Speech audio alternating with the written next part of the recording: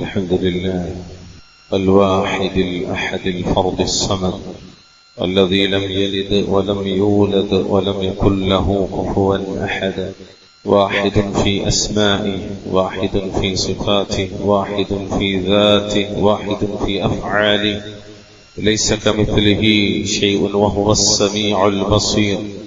يا أيها الذين آمنوا اتقوا الله حق تقاته ولا تموتن إلا وأنتم مسلمون. أما بعد، فإن خير الحديث كتاب الله، وخير الهدي هدي محمد صلى الله عليه وسلم، وشر الأمور محدثاتها، وكل محدثة بدعة، وكل بدعة ضلالة.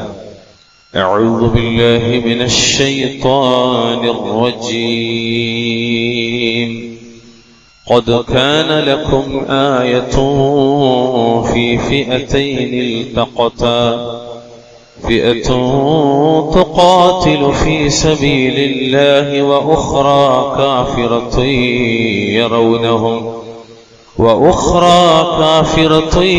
يرونهم مثليهم رأي العين، والله يؤيد بنصره من يشاء، إن في ذلك لعبرة لأولي الأبصار. اتقوا الله عباد الله، أوصيكم وإياي بتقوى الله. ജീവിതത്തിലുടനീളം അള്ളാഹുവിനെ സൂക്ഷിച്ചുകൊണ്ട് ജീവിക്കാൻ ശ്രദ്ധിക്കണമേ എന്ന് ഓർമ്മപ്പെടുത്തുകയാണ്, വസിയത്ത് ചെയ്യുക. അർഹമർ റഹീമീനായ റബ്ബുൽ ഇസ്സത്ത് നാം ഓരോരുത്തർക്കും അതിന് തൗഫീഖ് നൽകി അനുഗ്രഹിക്കുമാറാവണം. പ്രിയമുള്ളവരെ, ആൾഫലമോ ആയുധബലമോ അനുസരിച്ചല്ല മുഅ്മിനീങ്ങൾക്ക് അള്ളാഹു വിജയം നൽകുക, പകരം അവരുടെ വിശ്വാസവും അവരുടെ തവക്കുലും ധീരതയുമൊക്കെയാണ് എന്നതിന്റെ ഏറ്റവും വലിയ ഉദാഹരണമാണ് ഗസ്വത്ത് ബദർ. ബദർ യുദ്ധം എന്നൊക്കെ നമ്മൾ സാധാരണ കേൾക്കുന്ന ആ യുദ്ധത്തിന്റെ പുറകിലെ ഏറ്റവും വലിയ വികാരമത ഈമാനും തവക്കുലും യഖീനുമൊക്കെയാണ്. ബദർ എന്ന് പറഞ്ഞാൽ അതൊരു യുദ്ധം മാത്രമല്ല, ഒരു കേവല യുദ്ധമല്ല. പൊതുവെ അറബ് ഗോത്രങ്ങളെ സംബന്ധിച്ച് പഠിപ്പിക്കുന്നിടത്ത് ഖുറൈശികളല്ലാത്ത മറ്റ് ഗോത്രങ്ങളെ കുറിച്ചൊക്കെ പഠിക്കുമ്പോൾ നമ്മൾ മനസ്സിലാക്കുന്നത് അവരൊക്കെ പലപ്പോഴും പരസ്പരം പോരടിച്ചും മറ്റുള്ളവന്റേത് അപഹരിച്ചും ഒക്കെ ഒരു നാടോടികളായി നൊമാഡിയൻസ് ആയി ജീവിക്കുന്ന ഒരു കാലഘട്ടമായിരുന്നു. അപ്പൊ ശരിക്കും അങ്ങനെ ഒരു ഏതെങ്കിലും ഒരു അറബി കലഹ, കുടുംബ കലഹ ഗോത്രത്തിന്റെ അല്ലെങ്കിൽ കുടുംബ കലഹം അല്ലെങ്കിൽ ഗോത്ര കലഹം എന്ന രീതിയിലുള്ള ഒരു കലഹമായിരുന്നില്ല. അത് ഈമാൻ, തവക്കുൽ, ത്യാഗം, സത്യനിഷ്ഠ എന്നിവയുടെ ഉയർന്നൊരു മാതൃകയാണ്. ഒരു റമദാൻ 17-നായിരുന്നു ബദർ ഉണ്ടായത്. നോക്കൂ, നിങ്ങൾ സഹീഹ് മുസ്ലിമിലെ 1763 നമ്പർ ഹദീസായി ഉദ്ധരിക്കുന്ന ആ ഹദീസിൽ കാണാം 319 പേരായിരുന്നു ബദറിൽ പങ്കെടുത്തത്. സഹീഹ് മുസ്ലിം റിപ്പോർട്ടിൽ കാണാം 319 പേർ, 13 319. അവരിൽ പലരും യുവാക്കളായിരുന്നു, കൂടുതലും യുവാക്കളായിരുന്നു. മുഹാജിറുകളിൽപ്പെട്ട യുവാക്കളും ഉണ്ടായിരുന്നു, അൻസാറുകളിൽ അതിലേറെ അൻസാറുകളിൽപ്പെട്ട യുവാക്കളും ഉണ്ടായിരുന്നു. ആയുധങ്ങൾ കുറവായിരുന്നു, ഭക്ഷണം കുറവായിരുന്നു, എല്ലാം കുറവായിരുന്നു. പക്ഷെ അവർക്ക് പൂർണ്ണതയുള്ളത് ഒന്നു മാത്രമായിരുന്നു, അതിരില്ലാത്ത ഈമാൻ. അൽഹംദുലില്ലാഹ്, അവരുടെ ഈമാൻ തവക്കുൽ അത് അതിരില്ലാത്തതായിരുന്നു. അള്ളാഹുവിന്റെ ഖുർആനിൽ പ്രത്യേകം എടുത്തു പറയുന്ന ഒരു യുദ്ധമാണ് ഗസ്വത്ത് ബദർ. വിശുദ്ധ ഖുർആനിലെ 3-ാമത്തെ അധ്യായം സൂറത്ത് ആല ഇംറാന്റെ 123-ാമത്തെ ആയത്തിൽ അല്ലാഹു തആല പറഞ്ഞു, വലഖദ് നസറകുമുല്ലാഹു ബിബദരിൻ വഅൻതും അദില്ല. അന്നത്തെ ഹാൽ അല്ലാഹു പറഞ്ഞത്, അല്ലാഹു റബ്ബുൽ ഇസ്സത്ത് നിങ്ങളെ ബദറിൽ സഹായിച്ചിട്ടുണ്ട്. അല്ലാഹു തീർച്ചയായിട്ടും നിങ്ങളെ ബദറിൽ സഹായിച്ചിട്ടുണ്ട്. നിങ്ങളെ എന്ത് അവസ്ഥയിലായിരുന്നു? വഅൻതും അദില്ല, നിങ്ങളപ്പോൾ ദുർബലരായിരുന്നു. ശരിക്ക് മനുഷ്യരുടെ കണക്കിൽ ഏത് ഭൗതികമായ മാനദണ്ഡങ്ങൾ വെച്ചളന്നാലും മനുഷ്യരുടെ കണക്കിൽ അസാധ്യമായ ഒരു വിജയമായിരുന്നു ബദർ. ഏത് ഭൗതിക സാഹചര്യം വെച്ച് നോക്കിയാൽ എല്ലാം കുറവായിരുന്നു. ഞാനിവിടെ യുദ്ധത്തെ സംബന്ധിച്ച് വിശദീകരിക്കുന്നില്ല, പക്ഷെ അതിന്റെ ഒരു പ്രാഥമിക ഘട്ടത്തെക്കുറിച്ച് മനസ്സിലാക്കൽ നല്ലത്.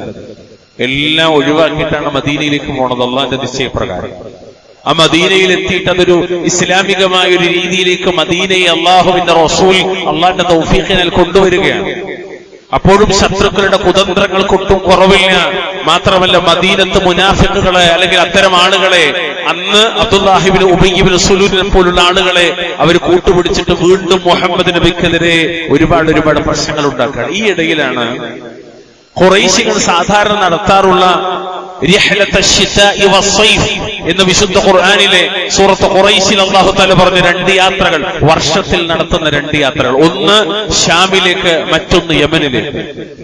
അത്തരത്തിലൊരു യാത്രക്ക് പുറപ്പെട്ട അബൂ സുഫിയാൻ റളിയല്ലാഹു തആല അന്ന് ശത്രുപക്ഷത്താണ്, അദ്ദേഹത്തിന്റെ നേതൃത്വത്തിലാണ്.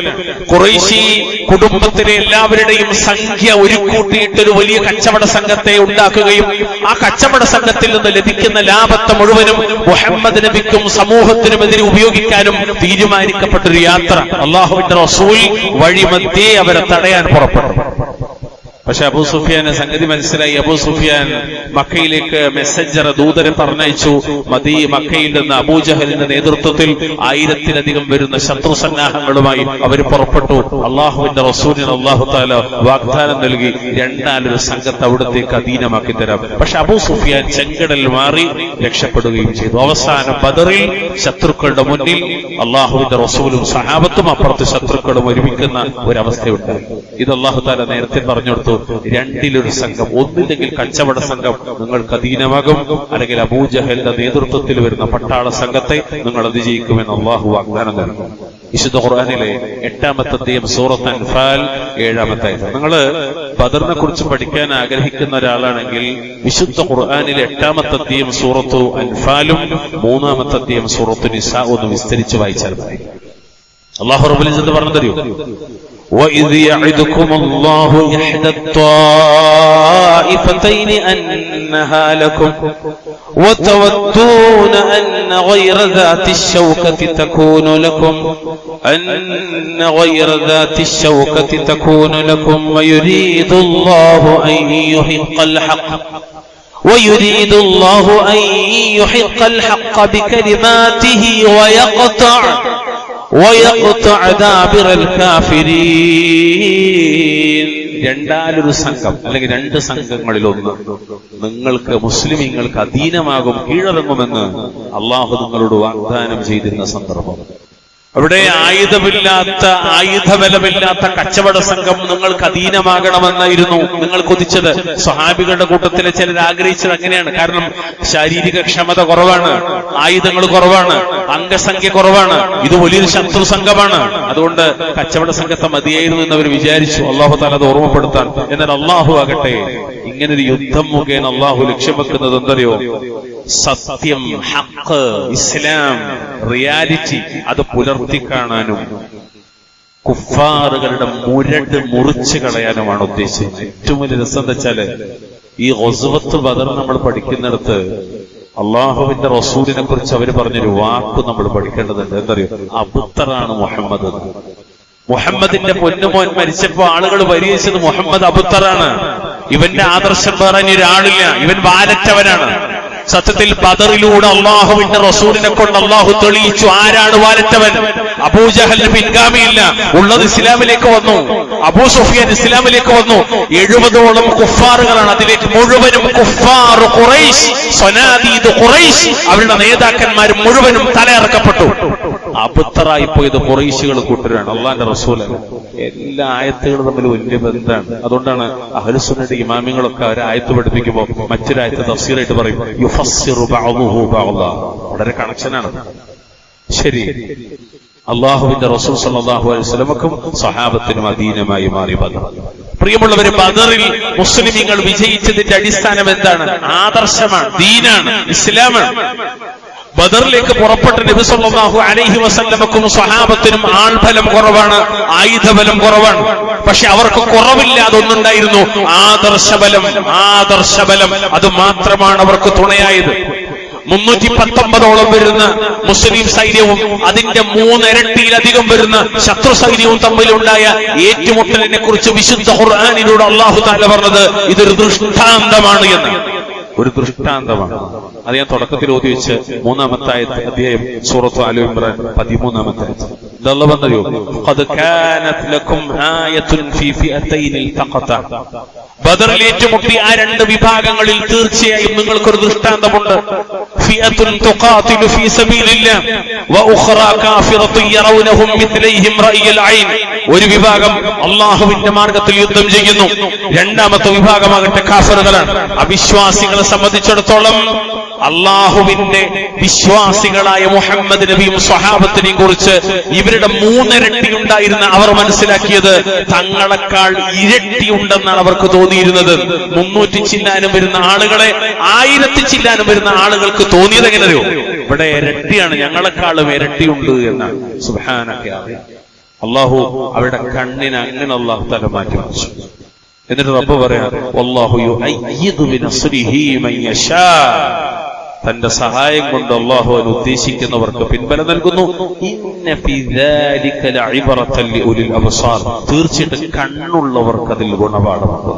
ബഹുമാന്യരെ, അല്ലാഹുവിന്റെ സഹായം അല്ലാഹു വാഗ്ദാനം ചെയ്തിരിക്കുന്നത് ശിർക്കിന്റെ യാതൊരംശവും, അത് അരയിൽ കെട്ടിയ ഒരു നൂൽബന്ധമായാൽ പോലും, അത് കയ്യിന്റെ ഏതെങ്കിലും ഭാഗത്ത് കെട്ടിയ ചരടിന്റെ കഷ്ടമാണെങ്കിൽ പോലും പാടില്ല. യാതൊരംശവും കലരാത്ത ഈമാൻ സ്വീകരിച്ചവർക്കാണെന്ന് അല്ലാഹു പറയാം. ആർക്കാ സഹായം? അല്ലാഹു പറഞ്ഞ വാക്കെന്തറിയോ? ഇന്നല്ലാഹ യുദാഫിഉ അനില്ലദീന ആമനു. തീർച്ചയായും മുഅ്മിനീങ്ങൾക്ക് വേണ്ടി അല്ലാഹു പ്രതിരോധം ഏർപ്പെടുത്തും. മുഅ്മിനീങ്ങൾക്ക് വേണ്ടിയാണ് അല്ലാഹു പ്രതിരോധം ഏർപ്പെടുത്തുക. വിശുദ്ധ ഖുർആനിലെ 22-ാം അധ്യായം സൂറത്ത് ഹജ്ജിന്റെ 38-ാമത്തെ ആയത്ത്, 30-ാം അധ്യായം സൂറത്ത് റൂമിന്റെ 47 അല്ലാഹു പറയാണ്, വകാന ഹഖൻ അലൈനാ നസ്റുൽ മുഅ്മിനീൻ. മുഅ്മിനീങ്ങളെ സഹായിക്കുക എന്നത് നമ്മുടെ ബാധ്യതയായിരിക്കുന്നു. അപ്പൊ അല്ലാഹു ബാധ്യതയായി ഏറ്റ കാര്യമാണ് തൗഹീദുള്ളവരെ സഹായിക്കുക എന്നത്. നമ്മൾ തൗഹീദുള്ളവരാകണം, എപ്പോഴും ആയിക്കൊണ്ടേയിരിക്കണം, മരണം വരെയും. എങ്കിൽ അല്ലാഹുവിന്റെ സഹായം നമുക്ക് ലഭിച്ചുകൊണ്ടേയിരിക്കും. വിശുദ്ധ ഖുർആനിലെ 3-ാം അധ്യായം സൂറത്ത് ആല ഇംറാൻ 139-ാമത്തെ ആയത്ത്, അവിടെ അല്ലാഹു പറഞ്ഞ വാക്കെന്തറിയോ? വലാ തഹിനൂ വലാ തഹ്സനൂ വഅൻതുമുൽ അഅലൗന ഇൻ കുൻതും മുഅ്മിനീൻ. നിങ്ങൾ ദൗർബല്യം കാണിക്കുകയോ ദുഃഖിക്കുകയോ ചെയ്യരുത്. നിങ്ങൾ വിശ്വാസികളാണെങ്കിൽ നിങ്ങൾ തന്നെയാണ് ഉന്നതന്മാർ. ഔന്നത്യം ഈമാനാണ്, ഔന്നത്യം തൗഹീദാണ്. പ്രിയമുള്ളവർ, ഇതിൽ മുഅ്മിനീങ്ങൾക്ക് കൃത്യമായ ഒരു സന്ദേശമുണ്ട്.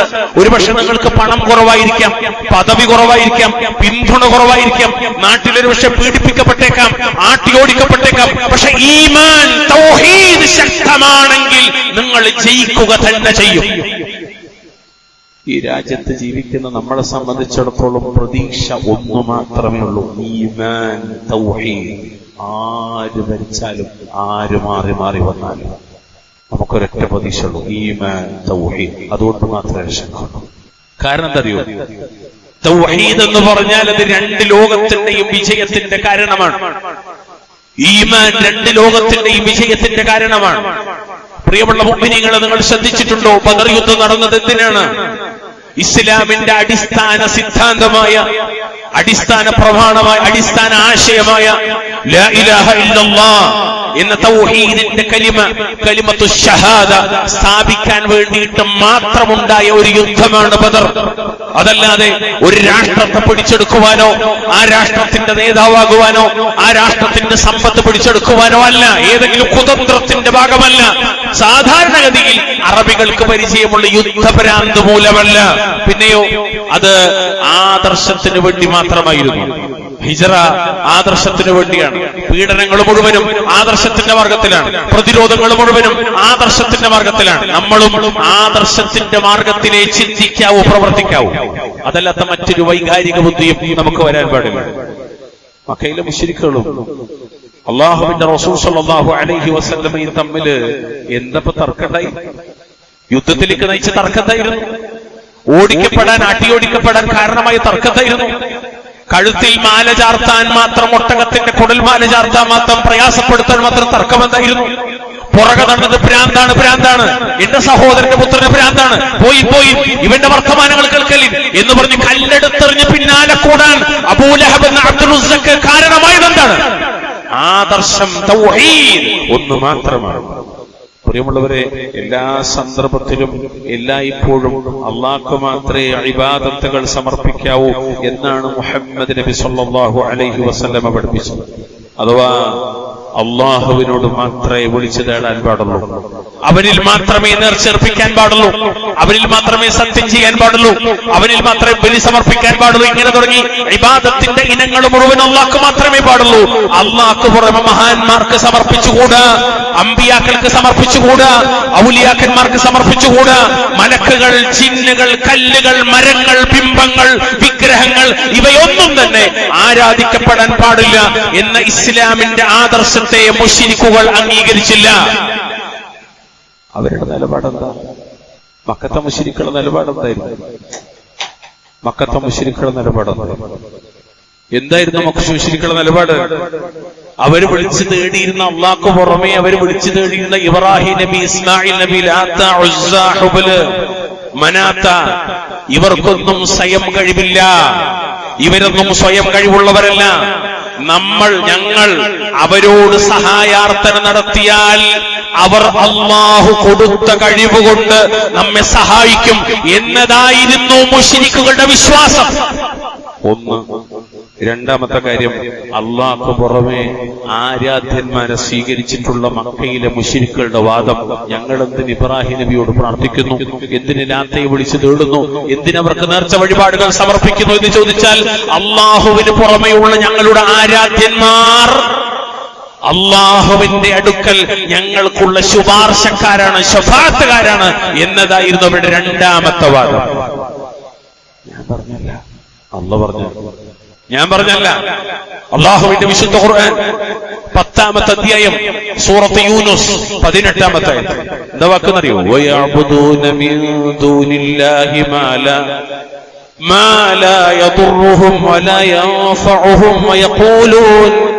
വയഖൂലൂന ഹൗലാഇ ശുഫആഉനാ ഇൻദല്ലാഹ്. അള്ളാഹുവിന് പുറമെ അവർക്ക് ഉപകാരമോ ഉപദ്രവമോ ചെയ്യാത്തതിനെ അവർ ആരാധിച്ചുകൊണ്ടിരിക്കുന്നു. ഇവർ അഥവാ ഈ ആരാധിച്ചുകൊണ്ടിരിക്കപ്പെടുന്ന ആരാധ്യ വസ്തുക്കൾ അള്ളാഹുവിന്റെ അടുക്കൽ ഞങ്ങൾക്കുള്ള ശുപാർശക്കാരാണ് എന്നവർ പറയുകയും ചെയ്യുന്നു. ഈ ആയത്തിന്റെ വ്യാഖ്യാനത്തിൽ പിന്നീട് അവസാന കാലഘട്ടത്തിൽ അഹ്ലുസുന്നത്തിലേക്ക് തൗബ ചെയ്തു മടങ്ങിയ മഹാനായ ഇമാം ഫഖ്റുദ്ദീൻ റാസി റഹ്മത്തുള്ളാഹി അലൈഹി അവിടുത്തെ തഫ്സീർ റാസിയിൽ രേഖപ്പെടുത്തുന്ന ഒരു വചനമുണ്ട്. അതെന്താണ്? ഇന്നഹും വദഉ ഹാദിഹിൽ അസ്നാമ വൽ ഔഥാന അലാ സുവരി അംബിയാഇഹിം വഅകാബിരിഹിം. ഈ വിഗ്രഹങ്ങളെയും ബിംബങ്ങളെയും അവരുടെ നബിമാരുടെയും മഹാത്മാക്കളുടെയും രൂപത്തിലാണ് അവർ ഉണ്ടാക്കി വെച്ചത്. എന്നിട്ട് അദ്ദേഹം പറയാണ്, വസഅമു അന്നഹും متى استغلوا بعبادة هذه التماثيل فإن أولئك الأكابر يكونون شفعاء لهم عند الله تعالى. ഈ പ്രതിമകൾക്കുള്ള ആരാധനയിൽ അഥവാ മുഹമ്മദ് നബി അല്ലാത്ത മുമ്പുള്ള നബിമാർ, ആ നബിമാരുടെ പ്രതിമകൾ അവരുണ്ടാക്കി വെച്ചു, മഹാത്മാക്കളുടെ പ്രതിമകൾ അവരുണ്ടാക്കി വെച്ചു.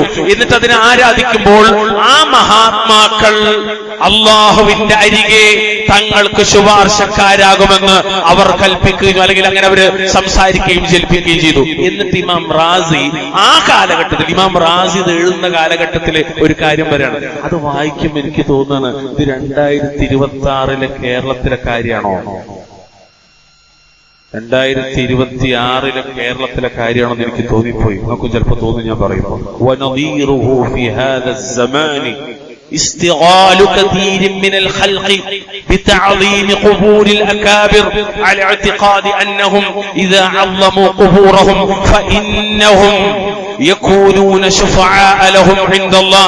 മഹാത്മാക്കളുടെ ഖബറുകളെ ആദരിക്കുന്നതിൽ അനേകം സൃഷ്ടികൾ ഇക്കാലത്ത് ഏർപ്പെട്ടിട്ടുള്ളത്, അനേകം മനുഷ്യർ ഇക്കാലത്ത് ഏർപ്പെട്ടിട്ടുള്ളത് ഇതിന് തുല്യമാണ്. ഏതിനു തുല്യം? മഹാത്മാക്കളെ വിളിച്ചു തേടുന്ന മക്കത്തെ മുശ്രിക്കിന്റെ വിശ്വാസത്തിന് തുല്യമാണ് ഖബറാളികളെ ബഹുമാനിക്കുന്ന ആളുകൾ എന്ന് ഇമാം റാസി. എന്നിട്ട് അദ്ദേഹം പറയാണ്, തങ്ങൾ അഥവാ ഞങ്ങൾ അവരുടെ ഖബറുകളെ ആദരിച്ചാൽ, ഈ പരിസരത്ത് എത്രയോ ഖബറുകളുണ്ട്, ഒരുപാട് ഖബറുകളുണ്ട്, അങ്ങ് പൊന്നാനിയിൽ ഒരുപാട് ഖബറുകളുണ്ട്, ഈ ഹൈവേയുടെ ഓരത്ത് പോലെ ഒരു ഖബറുണ്ട്. അങ്ങനെ ആദരിച്ചാൽ അവർ, ആ ഖബറാളികൾ അല്ലാഹുവിങ്കൽ ഞങ്ങൾക്ക് ശുപാർശക്കാരാകുമെന്നാണ് അവരുടെ വിശ്വാസം. ഇത് ആരുടെ വിശ്വാസമാണ്? ഇമാം റാസി പറഞ്ഞത് മക്ക മുശ്രിക്കിന്റെ വിശ്വാസമാണ്.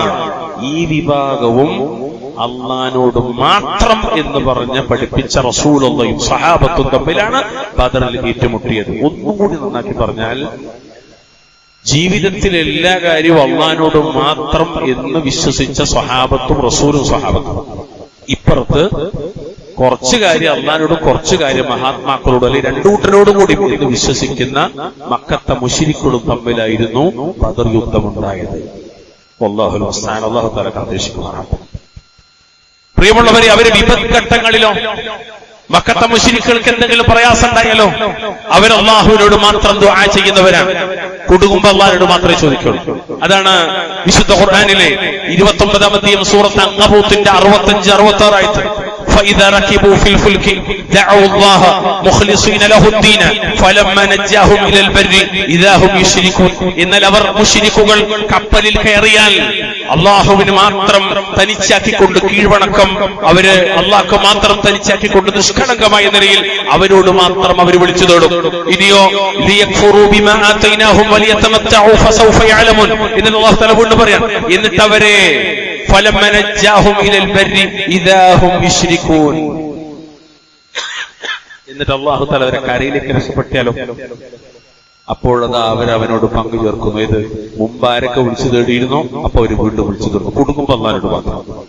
ഈ ആയത്ത് വിശദീകരിച്ചുകൊണ്ട് മഹാനായ ഇമാം ഇബ്നു ജരീർ അത്ത്-തബരി റഹിമഹുല്ലാഹ് അദ്ദേഹത്തിന്റെ തഫ്സീറിൽ ആദ്യത്തെ മുഫസ്സിറാണ്. അദ്ദേഹം കൊടുക്കുകയാണ്, യഖൂൽ അഖ്ലിസൂ ലില്ലാഹി ഇൻദ ശിദ്ദത്തി അല്ലതി നസലത് ബിഹിം അത്ത്-തൗഹീദ്. അവർക്ക് പ്രയാസമുണ്ടാകുന്ന സന്ദർഭത്തിൽ അല്ലാഹുവിനെ മാത്രം അവരേകനാക്കും. വഅഫ്റദൂ ലഹു അത്ത്വാഅ, ഇബാദത്ത് അവന് മാത്രമാക്കും. വഅദ്അനൂ ലഹു ബിൽ ഉബൂദിയ്യ, അടിമത്തം അവന് മാത്രം അവർ സമർപ്പിക്കും. വലം യസ്തഗീസൂ ബിആലിഹതിഹിം വഅൻദാദിഹിം, അള്ളാഹ്ക്ക് പുറമെ അവർ വിളിച്ചു തേടുന്ന, നേർച്ചർപ്പിക്കുന്ന, സത്യം ചെയ്യുന്ന അവരുടെ ആരാധ്യന്മാരോടും സമന്മാരോടും അവർ ഇസ്തിഗാസ ചെയ്യുകയില്ല. മഹാന്മാരോട് ഇസ്തിഗാസ ചെയ്യുകയില്ല. വലാകിൻ ബില്ലാഹില്ലദീ ഖലഖഹും, മറിച്ച് എല്ലാരും സൃഷ്ടിച്ച അള്ളാഹുവിനോട് മാത്രം അവർ വിളിച്ച് സഹായം തേടും എന്നാണ് അള്ളാഹു ഈ ആയത്തിലൂടെ പറയുന്നത്. സുബ്ഹാനക യാ അല്ലാഹ്. ബഹുമാന്യരായ എന്റെ വിശ്വാസികളായ സഹോദരീ സഹോദരന്മാരെ, ഇത്തരത്തിലുള്ള രണ്ട് ആദർശങ്ങളായിരുന്നു ബദറിൽ ഏറ്റുമുട്ടിയത്. അഥവാ തൗഹീദും ശിർക്കും. അവിടെ ബദറിന്റെ മണ്ണിൽ മാറ്റിവെക്കപ്പെട്ടത്. അള്ളാഹുവിനോട് മാത്രം വിളിച്ചു തേടുന്നവരും പ്രാർത്ഥിക്കുന്നവരും ഒരു ഭാഗത്ത്, അള്ളാഹുവിനോടൊപ്പം മറ്റുള്ളവരോടും വിളിച്ചു തേടുന്നവരും പ്രാർത്ഥിക്കുന്നവരുമായ ശത്രുക്കൾ മറുവശത്ത്. എങ്ങനെ? അള്ളാഹിനോടും മാത്രം വിളിച്ചു തേടുന്നവർ ഒരു വശത്തും, അള്ളാഹുവിന്റെ കൂടെ ഇബ്രാഹിം നബിയോടും ഇസ്മായിൽ നബിയോടും ലാത്തയോടും ഉസ്സയോടും ഹുബലിനോടും മനാത്തയോടും വിളിച്ചു തേടുന്നവർ മറുവശത്തും. ഇവർ തമ്മിലുള്ള യുദ്ധമാണ് ബദർ. അല്ലാഹു തആല അള്ളാഹുവിനോട് മാത്രം തേടുന്നവരെ വിളിച്ചു, അള്ളാഹുവിനോട് മാത്രം തേടുന്നവരെ വിജയിപ്പിച്ചു. അള്ളാഹിന്റെ കൂടെ മഹാത്മാക്കളോടും വിളിച്ചു തേടുന്നവരെ പരാജയപ്പെടുത്തി. അത് അവർക്ക് മാത്രമല്ല, എല്ലാ കാലഘട്ടത്തിലേക്കുള്ളൊരു പാഠമാണ്. അള്ളാഹു തആല നമ്മെ സഹായിക്കുമാറാകട്ടെ. പ്രിയമുള്ളവരെ, ബദർ യുദ്ധത്തിന്റെ മുന്നോടിയായി അള്ളാഹുവിന്റെ റസൂൽ സല്ലല്ലാഹു അലൈഹി വസല്ലമ അള്ളാഹുവിനോട് നടത്തുന്ന ഒരു ദീർഘമായ പ്രാർത്ഥനയുണ്ട്. ആലോചിക്കണം. ആ ബദറിന്റെ വിജയത്തിന് വേണ്ടി ബദരീങ്ങളായ ആളുകൾ തേടിയത് അള്ളാഹിനോടാണ്. അവരെ പ്രശ്നത്തിന് പരിഹാരം തേടിയത് അള്ളാഹിനോടാണ്. അവരെ പ്രതിസന്ധിക്ക് ആശ്വാസം തേടിയത് അള്ളാഹിനോടാണ്. അവരുടെ ജീവിതത്തിലെ ഏറ്റവും വലിയ പ്രശ്നമായി അവർ കണ്ട ബദറിന്റെ വിജയത്തിന് അവർ തേടിയത് അല്ലാഹുവോട്. ആര്? മുഹമ്മദ് നബിയും സഹാബത്തും. എപ്പോൾ രണ്ട് സംഘത്തിലൊന്ന് നിങ്ങൾക്ക് അധീനമാകുമെന്ന് ഉറപ്പ് കിട്ടിയിട്ടും, ജയിക്കുമെന്ന് ഉറപ്പ് കിട്ടിയിട്ടും, തൗഹീദ് ഉൾക്കൊണ്ട നബിക്ക് സഹാബികൾക്ക് അവിടെ അള്ളാന്റെ വിജയം കിട്ടി. ഇത് തസ്തഗീഥൂന റബ്ബക്കും ഫസ്തജാബ ലക്കും അന്നീ മുമിദ്ദുക്കും ബിഅൽഫിൻ മിനൽ മലായികതി മുർദിഫിൻ. അല്ലാഹു ഉടനെ റിസൾട്ട് കൊടുക്കും. നിങ്ങൾ നിങ്ങളുടെ റബ്ബിനോട് ഇസ്തിഗാസ ചെയ്ത സന്ദർഭം ഓർക്കണം. നിങ്ങൾ തുടരെയായി 1000 മലക്കുകൾ അയച്ചുകൊണ്ട് ഞാൻ നിങ്ങൾക്ക് സഹായം നൽകുന്നതാണ് എന്ന് അല്ലാഹു അപ്പോൾ നിങ്ങൾക്ക് മറുപടി നൽകി. 8-ാം അധ്യായം സൂറത്തുൽ അൻഫാൽ 9-ാമത്തെ ആയത്ത്.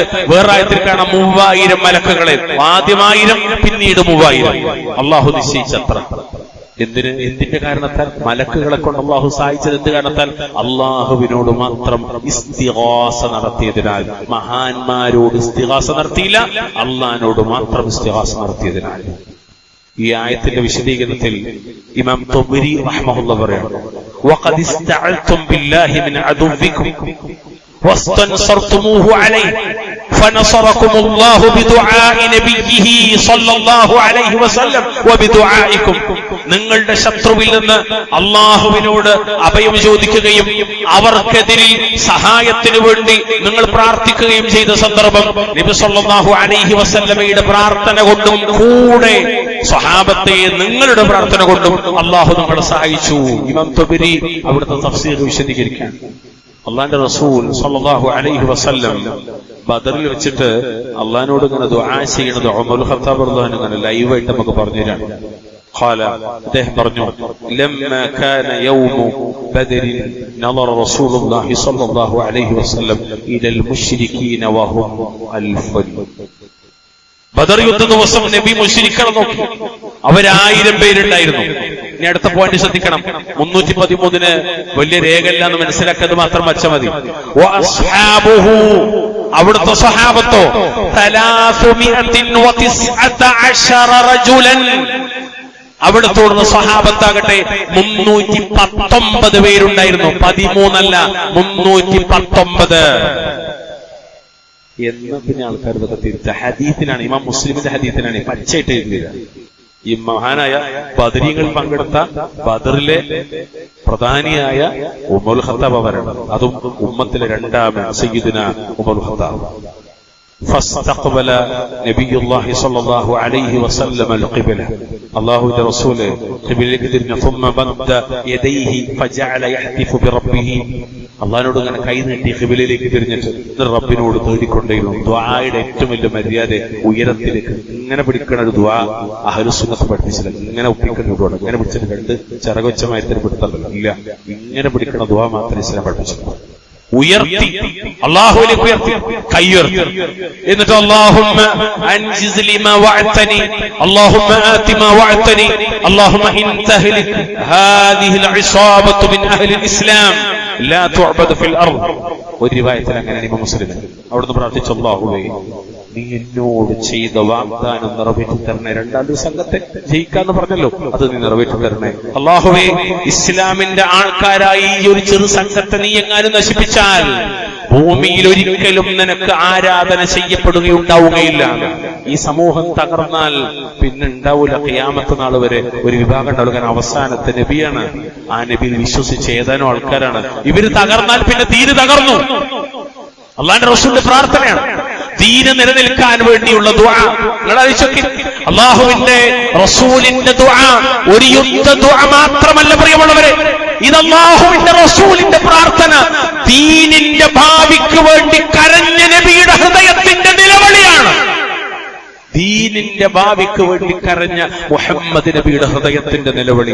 സഹോദരങ്ങളെ, നമ്മൾ അവസാനമായിട്ട് കരഞ്ഞ് റബ്ബിനോട് ദുആ ചെയ്ത സമയം എപ്പോഴാണ്? ഇന്നലെ രാത്രി നമുക്ക് കഴിഞ്ഞു, മിഞ്ഞാന്ന് കഴിഞ്ഞു, ഈ നോമ്പ് കഴിഞ്ഞു, നമുക്ക് കഴിഞ്ഞു അല്ലാഹുവിനോട് കരഞ്ഞ് ദുആ ചെയ്യാൻ. നമ്മുടെ പ്രശ്നങ്ങൾക്ക്, നമ്മുടെ പ്രയാസങ്ങൾക്ക്, ഈ മണ്ണിൽ നമ്മൾ അനുഭവിക്കുന്ന അസ്തിത്വ പ്രതിസന്ധിക്ക്, SIR പോലുള്ള ചില വിഷയങ്ങളിൽ നമ്മൾ ഭാവിയിൽ വരാനിരിക്കുന്ന പ്രതിസന്ധിയെ മുന്നിൽ കണ്ടിട്ടെങ്കിലും റബ്ബിനോട് ദുആ ചെയ്യാൻ നമുക്ക് കഴിഞ്ഞു. അല്ലാഹുവിന്റെ റസൂൽ ദുആ ചെയ്തതുപോലെ അല്ലാഹുവിന്റെ റസൂൽ അങ്ങനെ പ്രാർത്ഥിക്കുന്നു. അവസാനം ഖിബലക്ക് അഭിമുഖമായി കൈകൾ നീട്ടി തന്റെ തോളിലും തലയിലിട്ട തട്ടൊക്കെ തോളിലേക്ക് താഴേക്ക് വീഴുന്നവരെ അവിടുന്ന് ഇങ്ങനെ റബ്ബിനോടുള്ള പ്രാർത്ഥന തുടർന്നുകൊണ്ടേ. അപ്പൊ അബൂബക്കറിന്റെ അടുത്തേക്ക് വന്നു. അവിടുത്തെ ഈ മേൽത്തട്ടെടുത്തിട്ട് റസൂലിന്റെ ശരീരത്തിലേക്ക് തന്നെ വെച്ചിട്ട് തോളിൽ വെച്ചിട്ട് അവിടുത്തെ പിന്നിൽ നിന്ന് ഇങ്ങനെ കെട്ടിപ്പിടിച്ചിട്ട് അബൂബക്കർ പറഞ്ഞു, അല്ലാഹുവിന്റെ റസൂലേ, കദാക മുനാശദതുക റബ്ബുക ഫഇന്നഹു സയൻജിസു ലക മാ വഅദക. മതി റസൂലേ, നിങ്ങളുടെ റബ്ബിനോടുള്ള പ്രാർത്ഥന നിങ്ങൾ മതിയാക്കും. അല്ലാഹു നിങ്ങൾക്ക് വാഗ്ദാനം ചെയ്തവ നിങ്ങൾക്കായി നിറവേറ്റും എന്ന് അബൂബക്കർ പുറകിൽ നിന്ന് കെട്ടിപ്പിടിച്ച് നബിയോട് പറയണം. മതി നബിയെ, നിർത്തിക്കാളി. 1763 നമ്പറായി ഇമാം മുസ്ലിമിന്റെ സ്വഹീഹിൽ ധരിക്കാൻ. ഇതിന്റെ ഏറ്റവും വലിയ രസം എന്താ വെച്ചാല്, മുഹമ്മദ് നബി ഇവിടെ ഇങ്ങനെ ദുആ ചെയ്യുന്ന സമയത്ത് അപ്പുറത്ത് വേറൊരാൾ ദുആ ചെയ്തു. അതാണ് ഏറ്റവും രസം. ചരിത്രത്തിൽ മുഹമ്മദ് നബിയുടെ ഏറ്റവും വലിയ ശത്രുവായ അബൂജഹൽ യുദ്ധം ഇങ്ങനെ കൊടുമ്പിരികൊള്ളാണ്. ഇമാം അഹ്മദിന്റെ മുസ്നദിൽ 23661 നമ്പറായി ഉദ്ധരിക്കുന്ന ഹദീസിൽ കാണാം, അല്ലാഹുമ്മ അഖ്തഉനാ ലിർറഹിം വആതനാ ബിമാ ലാ യുഅറഫ് ഫഅഹ്നിഹിൽ ഉദാ. അല്ലാഹുവേ, ലാത്തേ ഉസ്സേ ഹുബലേ മനാത്തേ ഇബ്രാഹിം നബി എന്നല്ല, മുഹമ്മദ് നബി വിളിച്ചു തേടി അല്ലാഹുവോട്, അല്ലാഹുവേ, മുഹമ്മദ് ഞങ്ങളിൽ കുടുംബ ബന്ധം മുറിച്ചവനാണ്, ഞങ്ങൾക്കറിയാത്ത ദീനുമായി വന്നവനാണ്, അവനെ നീ നശിപ്പിക്കണമേ. നിങ്ങൾ വിചാരിക്കും അത് അബൂജഹൽ പ്രാർത്ഥിച്ച ഹദീസിൽ വന്നല്ലേ? അള്ളന്നെ പറഞ്ഞു. 8-ാം അധ്യായം സൂറത്ത് അൻഫാൽ 32-ാമത്തെ ആയത്ത്. എന്താ ആയത്തറിയോ? وَإِذْ قَالُوا اللَّهُمَّ إِنْ كَانَ هَذَا هُوَ الْحَقَّ مِنْ عِنْدِكَ فَأَمْطِرْ عَلَيْنَا حِجَارَةً مِنَ السَّمَاءِ أَوِ ائْتِنَا بِعَذَابٍ أَلِيمٍ. മക്കത്തെ മുശ്രിക്കിന്റെ പ്രാർത്ഥനയാണ്, അല്ലാഹുവേ, ഇത് നിന്റെ പക്കൽ നിന്നുള്ള സത്യമാണെങ്കിൽ നീ ഞങ്ങളുടെ മേൽ, ഇത് മുഹമ്മദ് കൊണ്ടുവന്ന നിന്റെ പക്കൽ സത്യമാണെങ്കിൽ നീ ഞങ്ങളുടെ മേൽ ആകാശത്ത് നിന്ന് കല്ല് വർഷിപ്പിക്കുകയോ അല്ലെങ്കിൽ ഞങ്ങൾക്ക് വേദനാജനകമായ ശിക്ഷ കൊണ്ടുവരികയോ ചെയ്യുക എന്നവർ പറഞ്ഞ സന്ദർഭം ഓർക്കുക. അപ്പോഴാണ് അല്ലാഹു തആല ഈ ആയത്തിറക്കിയത്. തൊട്ടു താഴായത്ത്, വമാ കാന അല്ലാഹു ലിയുഅദ്ദിബഹും വഅൻത ഫീഹിം വമാ കാന അല്ലാഹു മുഅദ്ദിബഹും വഹും യസ്തഗ്ഫിറൂൻ. എന്നാൽ മുഹമ്മദ് നബി, താങ്കൾ അവർക്കിടയിൽ ഉണ്ടായിരിക്കുക അല്ലാഹു ശിക്ഷിക്കൂല. ഇത് പൊതുവായി നൂഹ് നബിയുടെ സമുദായത്തിനുണ്ടായതുപോലെ നശിപ്പിക്കുന്ന ശിക്ഷ, ലൂത്ത് നബിയുടെ സമുദായത്തിനുണ്ടായതുപോലെ നശിപ്പിക്കുന്ന ശിക്ഷ, അങ്ങനത്തെ ഒരു പൊതുവിപത്ത് അവരെ ബാധിക്കില്ല. കാരണം നിങ്ങൾ അവരിൽ ഉണ്ടായിരിക്കും. ഇതിന്റെ മറ്റൊരു വിഷയം പറയും, നബി റഹ്മത്തുൽ ലിൽ ആലമീനാണ്. നബി റഹ്മത്തുൽ ലിൽ ആലമീനാണെന്നുള്ളതിന്റെ ഏറ്റവും വലിയ തെളിവ് ഈ ആയത്ത് കൂടിയാണ്. എല്ലാവർക്കും നബി റഹ്മത്താണ്. നബി ഉണ്ടായിരിക്കുക അള്ളൊരു സമുദായത്തിൽ നശിപ്പിക്കില്ല. മുൻഗാമികളായ നബിമാരുണ്ടായിരിക്കുക നശിപ്പിച്ചിട്ടുണ്ട്. അവരവരിൽ നിന്ന് പോയാലും അവർ നശിപ്പിക്കപ്പെട്ടേക്കും. എന്നാൽ ഉണ്ടാവില്ല. രണ്ടാമത്തത്, അവർ ഇസ്തിഗ്ഫാർ നടത്തിക്കൊണ്ടിരിക്കുമ്പോഴും അവർ ശിക്ഷിക്കൂല. നോക്കൂ നിങ്ങൾ, രണ്ടു കൂട്ടരും ദുആ ചെയ്യുന്നത് അള്ളാഹുവിനോടാണ്. അള്ളാഹു ദുആ സ്വീകരിച്ചു, സത്യത്തിന്റെ കക്ഷി വിജയിപ്പിച്ചു. അഥവാ അതാണ് ഇസ്ലാം, ഹിദായത്തിന്റെ ദീൻ, ശരിയായ ആ ആദർശത്തെ അല്ലാഹു തആല വിജയിപ്പിച്ചു. ആ വിജയത്തിന്റെ ഒരു പ്രധാനപ്പെട്ട കാരണം തൗഹീദിന്റെ പുറകെ, ആ തൗഹീദിന്റെ ഭാഗമായ അള്ളാഹുവിനോട് മാത്രമുള്ള തേട്ടവും കൂടിയായിരുന്നു എന്ന് നമ്മൾ മനസ്സിലാക്കുക. അതുകൊണ്ട് തന്നെ അത്തരം ബദരീങ്ങൾ കാണിച്ച ആ ഒരു മാതൃകയാണ് ഖിയാമത്ത് നാൾ വരെ മുസ്ലിമേ നമുക്കും വിജയമായി വർദ്ധിക്കുക. അല്ലാഹു റബ്ബുൽ ഇസ്സത്ത് അവനോട് മാത്രം ദുആ ചെയ്യുന്ന ശരിയായ ഹിദായത്തിന്റെ അഹ്ലുകാരിൽ നമ്മെ അല്ലാഹു ഉൾപ്പെടുത്തി അനുഗ്രഹിക്കുമാറാവട്ടെ. അഖൂലു ഖൗലി ഹാദാ വസ്തഗ്ഫിറുല്ലാഹ ലി വലക്കും വസ്തഗ്ഫിറൂഹു ഇന്നഹു ഹുവൽ ഗഫൂറുർ റഹീം. അൽഹംദുലില്ലാഹ് ഹംദൻ കസീറൻ തയ്യിബൻ മുബാറകൻ ഫീഹി. اللهم صل وسلم على نبينا محمد. اتقوا الله عباد الله اوصيكم واياي بتقوى الله. അല്ലാഹുവിനെ സൂക്ഷിച്ചുകൊണ്ട് ജീവിക്കണമെന്ന് ഒരിക്കൽ കൂടി ഓർമ്മപ്പെടുത്തുകയാണ് വസിയത്ത്. റഹ്മാനായ റബ്ബ് നമ്മെ തൗഫീഖ് പ്രദാനം ചെയ്യുമാറാവട്ടെ. ഇവിടെ നമ്മൾ മനസ്സിലാക്കിയത് അല്ലാഹുവിന്റെ റസൂലും സ്വഹാബത്തും അല്ലാഹുവിനോട് മാത്രം തേടുന്നവരും അബൂജഹലും സംഘവും അല്ലാഹുവിനോടും കൂടെ മഹാന്മാരോടും വിളിച്ച് പ്രാർത്ഥിക്കുന്നവരുമായിരുന്നു. അല്ലാഹു രക്ഷപ്പെടുത്തിയത് ആരെയാണ്? അള്ളാഹുവിനോട് മാത്രം വിളിച്ച് പ്രാർത്ഥിച്ച നബി സല്ലല്ലാഹു അലൈഹി വസല്ലമക്കും അനുയായികൾക്കുമാണ് അള്ളാഹു വിജയം നേടിയത്. അതാണ് റബ്ബ് സുബ്ഹാനഹു വ തആല പറഞ്ഞത്, വലഖദ് നസറക്കുമുല്ലാഹു ബിബദരിൻ വഅൻതും അദില്ലാ. നിങ്ങൾ ദുർബലരായിരിക്കെ ബദൽ വെച്ച് അള്ളാഹു തആല നിങ്ങളെ സഹായിച്ചിട്ടുണ്ട്. പ്രിയമുള്ളവരെ, അതുകൊണ്ട് ഇബാദത്ത് അല്ലാഹുക്ക് മാത്രം സമർപ്പിച്ചവർക്കാണ് ആത്യന്തികമായ വിജയം. ദുനിയാവിലും അങ്ങനെ തന്നെയാണ്, ഇൻഷാ അല്ലാഹ് ആഖിറത്തിലും അപ്രകാരം തന്നെയായിരിക്കും. ഏതവസ്ഥയിലായിരുന്നാലും ശരി, ഒരു മുഅ്മിൻ അള്ളാഹുവോട് മാത്രമേ ചോദിക്കാവൂ എന്നതിന്റെ ഏറ്റവും പ്രധാനപ്പെട്ട ഒരു ഉദാഹരണമാണ് ബദർ. ബദറിൽ നിന്ന് നമ്മൾ പഠിക്കുന്ന ഏറ്റവും വലിയ പാഠം എന്താണെന്ന് വെച്ചാൽ, ഈമാനുള്ളവരാകണം, യഖീനുള്ളവരാകണം, തവക്കുലുള്ളവരാകണം, റബ്ബിനോട് മാത്രമേ തേടാവൂ, റബ്ബിൽ മാത്രമേ സമർപ്പിക്കാവൂ എന്ന വിശാലമായ തൗഹീദിന്റെ പാഠമാണ്.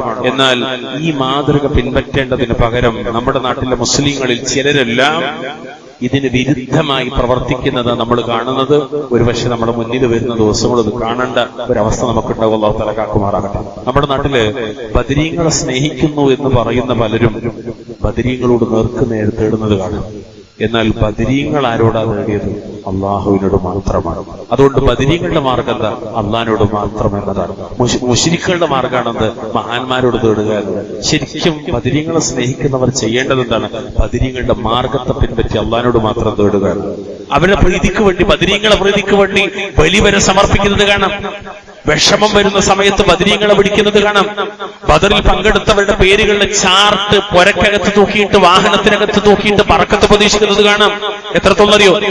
അതിന് പറ്റുന്ന ചില പദ്യങ്ങൾ പോലും അവര് എഴുതിയുണ്ടാക്കിയത് കാണാൻ പറ്റും. അതിൽ കാണാൻ പ്രയാസങ്ങളും ബുദ്ധിമുട്ടുകളും ഉണ്ടായവനെ നീ സഹായം തേടിക്കൊണ്ട് വിളിച്ചോളൂ ബദർ ശുഹദാക്കളെ എന്ന്. അല്ലാഹു എന്നല്ല, ബദർ ശുഹദാക്കളെ വിളിച്ചത് അല്ലാഹുവേ എന്നാണ്. റബ്ബി യാ അല്ലാഹ് റബ്ബനാ അല്ലാഹുമ്മ എന്നാണ് അവർ വിളിച്ചത്. അവരെ മാർഗവും അതാണ്.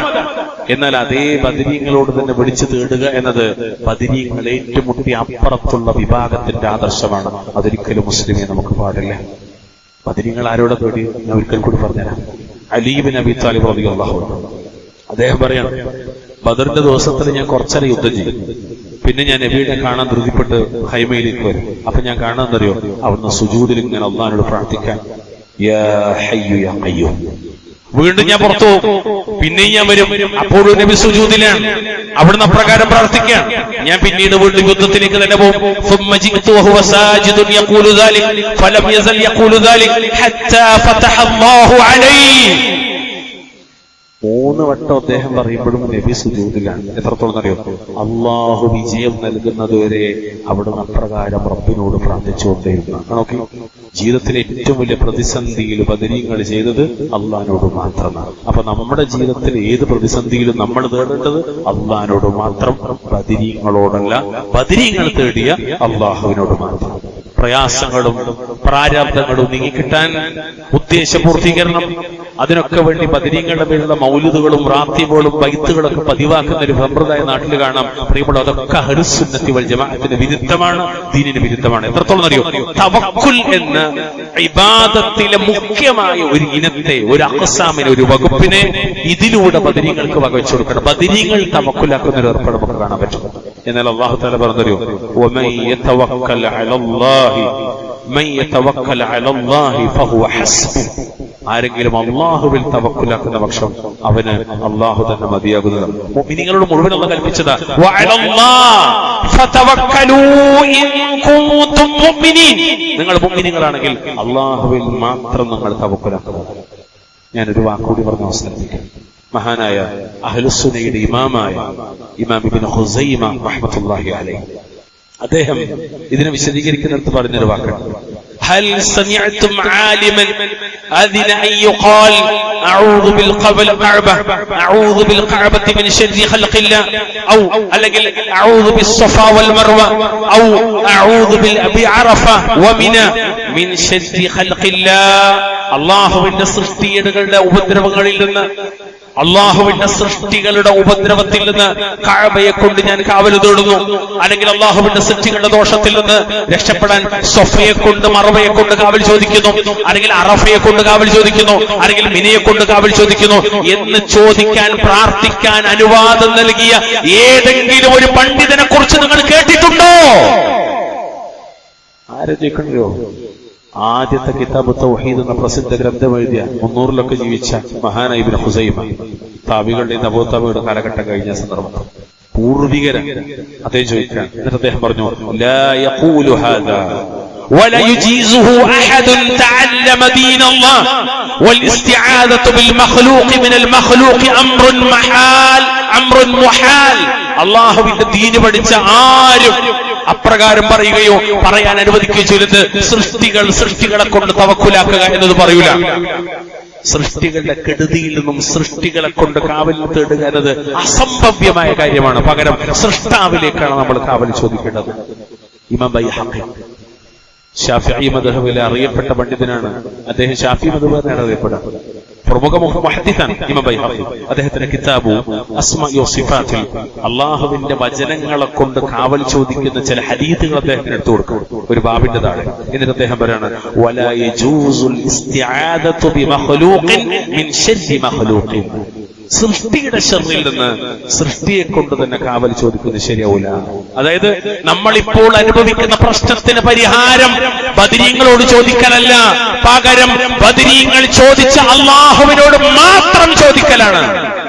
അതാണ് അഹ്ലുസുന്നത്തിന്റെ ഇമാമിങ്ങളൊക്കെ പഠിപ്പിച്ചത്. അതാണ് സുന്നത്ത് ജമാഅത്ത്, അതാണ് സലഫിയ്യ. അല്ലാഹു റബ്ബുൽ ഇസ്സത്ത് ബദരീങ്ങളുടെ ശരിയായ മാർഗത്തിൽ അല്ലാഹു നമ്മെ ഉൾപ്പെടുത്തി അനുഗ്രഹിക്കുമാറാവണം. ബദരീങ്ങളാണ് പ്രിയമുള്ളവരെ ഈ ഉമ്മത്തിലെ ഏറ്റവും ശ്രേഷ്ഠ ബദരീങ്ങളാണ്. മിൻ അഫ്ളലിൽ മുസ്ലിമീൻ. ആരാണ് മുസ്ലിങ്ങളുടെ കൂട്ടത്തിൽ ഏറ്റവും ശ്രേഷ്ഠരെന്ന് ജിബ്രീൽ നബിയോട് ചോദിക്കുമ്പോൾ നബി പറഞ്ഞ വാക്കെന്നറിയോ, മാ തഅദ്ദൂന അഹ്ല ബദരിൻ ഫീക്കും. നിങ്ങളുടെ കൂട്ടത്തില് ബദറിൽ പങ്കെടുത്തവരെ കുറിച്ച് നിങ്ങൾ ആരായിട്ടാണ് കണക്കാക്കുന്നത് ചോദിച്ചപ്പോൾ ജിബ്രീലിനോട് നബി പറയാണ്, അവര് മുസ്ലിങ്ങളുടെ കൂട്ടത്തിൽ ഏറ്റവും ഉത്തമരാണ്. അപ്പൊ ജിബ്രീലിന്റെ മറുപടി പറഞ്ഞതറിയോ, വകദാലിക മൻ ശഹീദ ബദ്റൻ മിനൽ മലായികതി. ഞങ്ങളും മലക്കളുടെ കൂട്ടത്തിൽ ഏറ്റവും ശ്രേഷ്ഠരാണ് ബദറിൽ പങ്കെടുത്ത മലക്കളാണ്. അഹ്ലുസുന്നത്തിന്റെ ഇമാമായ ഇമാം മഹാനായ ഇബ്നു തൈമിയ്യ റഹിമഹുല്ലാഹ് അൽ-ഹറാനി അവിടുന്ന് പറയുന്നത് ഈ ഉമ്മത്തിലെ ഏറ്റവും ശ്രേഷ്ഠർ ബദരീങ്ങളാണ്. പ്രിയമുള്ളവർ, ആ ബദരീങ്ങളുടെ മാർഗം എന്താണ്? തവക്കുലിന്റെ, ത്യാഗത്തിന്റെ, ഇസ്തിസ്ലാം, സമർപ്പണത്തിന്റെ, എല്ലാ നിലക്കുള്ള യഖീനിന്റെ, അല്ലാഹു മതി, അല്ലാഹുവിനോട് മാത്രം മതി എന്ന ഇബാദത്തിന്റെ, ഉബൂദിയത്തിന്റെ അങ്ങേയറ്റമാണ്. അവരുടെ മാർഗമാണ് നമ്മൾ സ്വീകരിക്കേണ്ടത്. ആ മാർഗമാണ് ഈ ആധുനിക കാലഘട്ടത്തിലും നമുക്ക് ഏറ്റവും പ്രധാനമായത്. എല്ലാ നിലക്കുള്ള ഫിത്നയെ രക്ഷപ്പെടുത്താനും ആ മാർഗമാണ് നമ്മൾ സ്വീകരിക്കേണ്ടത്. അല്ലാഹു തആല ബദരീങ്ങളുടെ മാർഗം പിൻപറ്റി ബദരീങ്ങളുടെ കൂടെ ജന്നത്തുൽ ഫിർദൗസിൽ ഒരുമിച്ച് കൂടാൻ അല്ലാഹു തൗഫീഖ് പ്രദാനം ചെയ്യുമാറാവട്ടെ. അല്ലാഹു ബദരീങ്ങളുടെ കൂടെ ജന്നത്തുൽ ഫിർദൗസിൽ ഒരുമിക്കാൻ അല്ലാഹു തൗഫീഖ് പ്രദാനം ചെയ്യുമാറാവട്ടെ. ജന്നത്തുൽ ഫിർദൗസിൽ ഒരുമിക്കാൻ അല്ലാഹു തൗഫീഖ് പ്രദാനം ചെയ്യുമാറാവട്ടെ. ആ ബദരീങ്ങളുടെ മാർഗങ്ങളെ പഠിച്ച് പകർത്തി അത് പ്രബോധനം ചെയ്ത് അവരോടൊപ്പം കഴിയാൻ അല്ലാഹു തൗഫീഖ് പ്രദാനം ചെയ്യുമാറാവട്ടെ. അല്ലാഹു സുബ്ഹാനഹു വ തആല നമ്മുടെ പാപങ്ങൾ മുഴുവനും പുറത്തു മാപ്പ് നൽകുമാറാവട്ടെ. അല്ലാഹു നമ്മുടെ ഇണകളിൽ, നമ്മുടെ മക്കളിൽ കൺകുളിർമ പ്രദാനം ചെയ്യുമാറാവട്ടെ. എല്ലാവിധ ശാരീരിക, മാനസിക, സാമ്പത്തിക വിഷമതകളും അല്ലാഹു തആല നമ്മെ കാത്തുരക്ഷിക്കുമാറാവട്ടെ. ലോകത്തിന്റെ വിവിധ കോണുകളിൽ പ്രയാസപ്പെടുന്ന ഉമ്മത്ത് മുസ്ലിം അല്ലാഹു അവർക്ക് സമാധാനം ചെയ്യുമാറാവട്ടെ. വിശിഷ്യ ഗൾഫ് ലോകത്ത് നടക്കുന്ന പ്രതിസന്ധി അല്ലാഹു അതിന് പെട്ടെന്ന് ആശ്വാസം പ്രദാനം ചെയ്യുമാറാവട്ടെ. ഒരു വശത്ത് അമ്പിയാക്കളുടെ ശത്രുക്കളായ യഹൂദന്മാർ, മറുവശത്ത് സ്വഹാബത്തിന്റെ ശത്രുക്കളായ ശിയകൾ. ഈ രണ്ട് ശർറിൽ നിന്നും അല്ലാഹു തആല ഉമ്മത്തിനെ കാത്തുരക്ഷിക്കുമാറാവട്ടെ. അല്ലാഹു യഹൂദന്റെ ശർറിൽ നിന്ന് മുഅ്മിനീങ്ങളെ കാക്കുമാറാകട്ടെ. അല്ലാഹു ശിയഈസത്തിന്റെ ശർറിൽ നിന്നും അഹ്ലുസുന്നത്തിനെ അല്ലാഹു കാക്കുമാറാവട്ടെ. അഹ്ലുസുന്നത്തിന്റെ മണ്ണ് ശിയഈകൾ കയ്യേറി കലാപങ്ങൾ ഉണ്ടാക്കി, കുഴപ്പങ്ങൾ ഉണ്ടാക്കി, ഫിത്നകൾ ഉണ്ടാക്കി ഒരുപാട് മുന്നോട്ട് പോയിട്ടുണ്ട്. അല്ലാഹുവേ, അതിൽ നിന്ന് മുഴുവൻ അവരെ പുറംതിരിച്ചോടിച്ച ആ മണ്ണിനെ അഹ്ലുസുന്നത്തിന്റെ മണ്ണാക്കി നിലനിർത്താൻ അല്ലാഹു ഞങ്ങൾക്ക് നീ തൗഫീഖ് പ്രദാനം ചെയ്യണമേ.